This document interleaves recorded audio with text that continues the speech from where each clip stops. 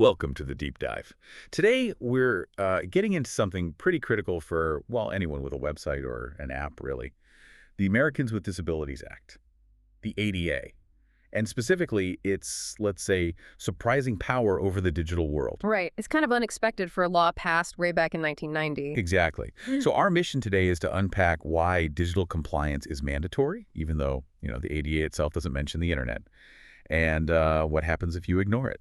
Which happens more than you'd think. Right. And here's the kicker. Ignoring it leads to serious federal lawsuits, big payouts, massive legal costs, all without the law ever saying the word website. Yeah, it's really a story of legal interpretation and enforcement catching up with tech. The key was how federal courts and the Department of Justice looked at the existing law. So how did they make that jump? Well, they focused mainly on Title III. That's the part of the ADA covering private businesses, what they call places of public accommodation. Think stores, banks, hotels. Physical places. Physical places originally.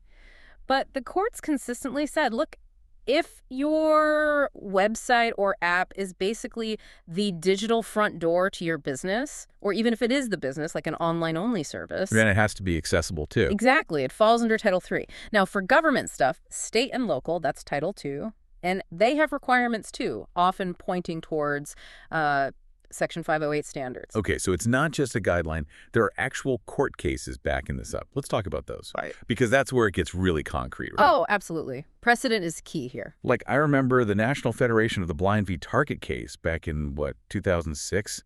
That seemed like a big one. Huge. It basically established that if your website is tightly integrated with your physical stores, it must be accessible. And then, more recently, there was the Robles v. Domino's Pizza case.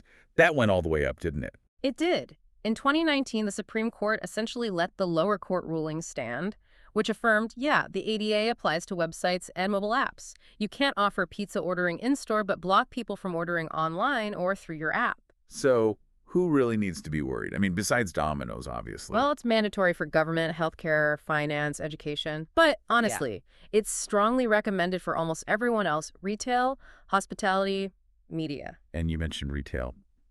Sounds like they're a major target. By far the highest risk. Retail and e-commerce make up something like nearly 3/4 of all these digital ADA lawsuits, around 73%.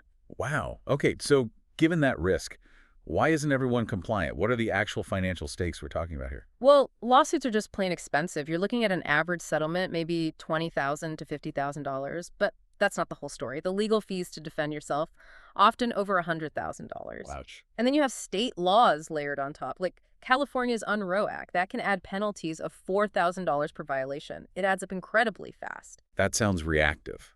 Like, just trying to avoid getting sued. Mm-hmm. Is there a more positive way to look at this? Maybe as, I don't know, a business opportunity? Oh, absolutely. That's the smarter way to frame it. This isn't just about dodging lawsuits. It's good business. Yeah. Think about it.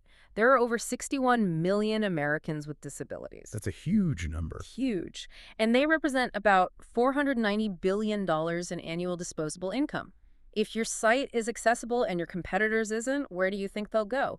People show real brand loyalty to businesses that are accessible. Okay, that's a powerful argument. Plus, there are technical benefits. Meeting the standard, which is typically WCAG 2.1 Level AA. Right, WCAG. I hear that acronym a lot. Yeah, the Web Content Accessibility Guidelines, Level AA is the target.